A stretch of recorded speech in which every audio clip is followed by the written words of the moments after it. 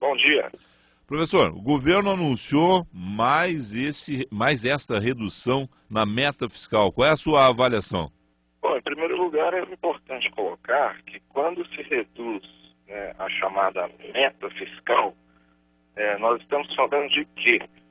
Do chamado superávit primário. Parece uma coisa bastante difícil das pessoas entenderem, mas o que é o superávit primário?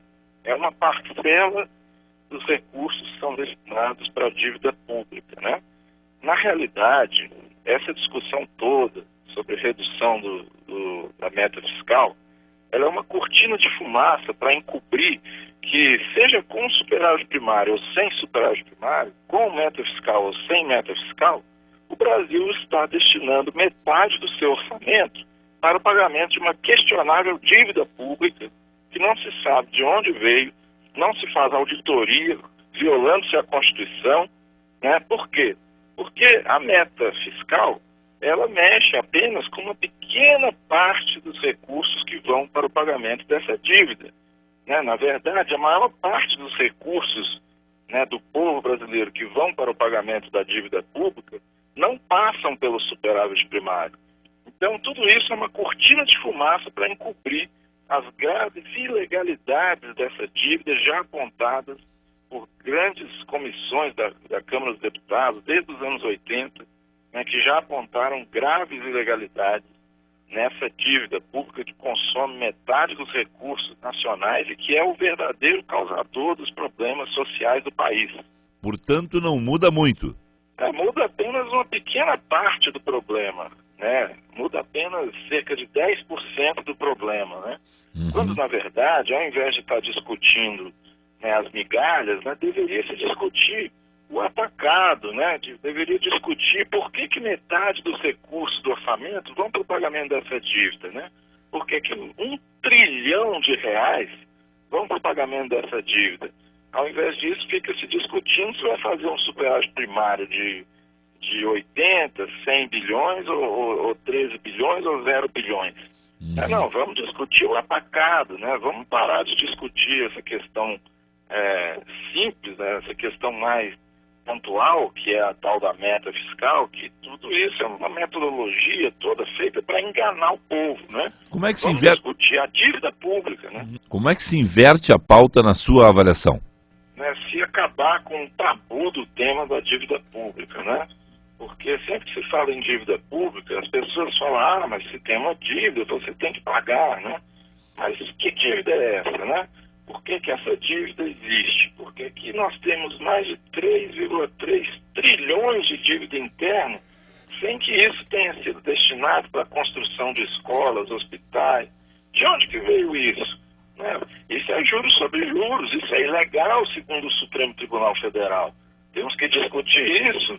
Não dá mais para ficar deixando para escanteio uma discussão como essa, O senhor, no atual governo, vê espaço para a abertura desse debate?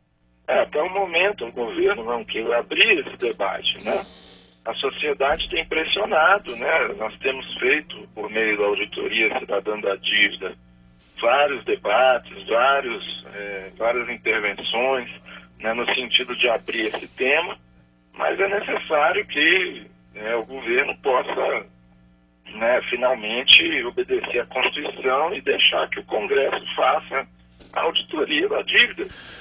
O Executivo, o Legislativo tem que ouvir esse tema e cumprir a Constituição para que se faça uma auditoria nesse endividamento. Por que o governo não abre o debate? Quando, na oposição, o PT falava nisso, Por que se mudou a pauta, se tirou o assunto da ordem do dia?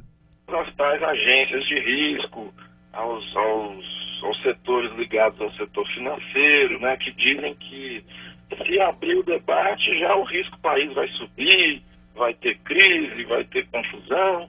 Quando, na verdade, o Equador, recentemente, em 2007, 2008 e 2009, fez uma auditoria, reduziu a sua dívida em 70%, a dívida externa com os bancos privados internacionais, e não teve nenhum problema. Hoje o Equador cresce muito mais que o Brasil, continua tendo acesso a financiamentos internacionais, então é preciso desmistificar esse tema.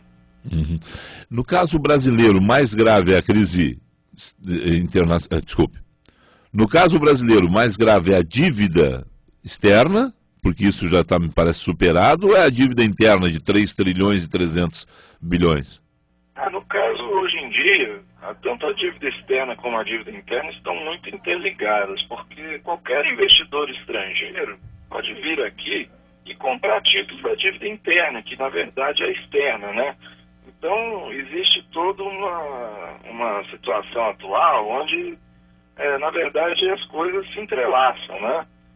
Então, tanto a dívida externa como a interna fazem parte hoje de um mesmo mecanismo, né, que nós chamamos do sistema da dívida, que está, de qualquer forma, tomando recursos públicos para destinar principalmente aos grandes bancos e investidores que são os verdadeiros beneficiários disso aí, né?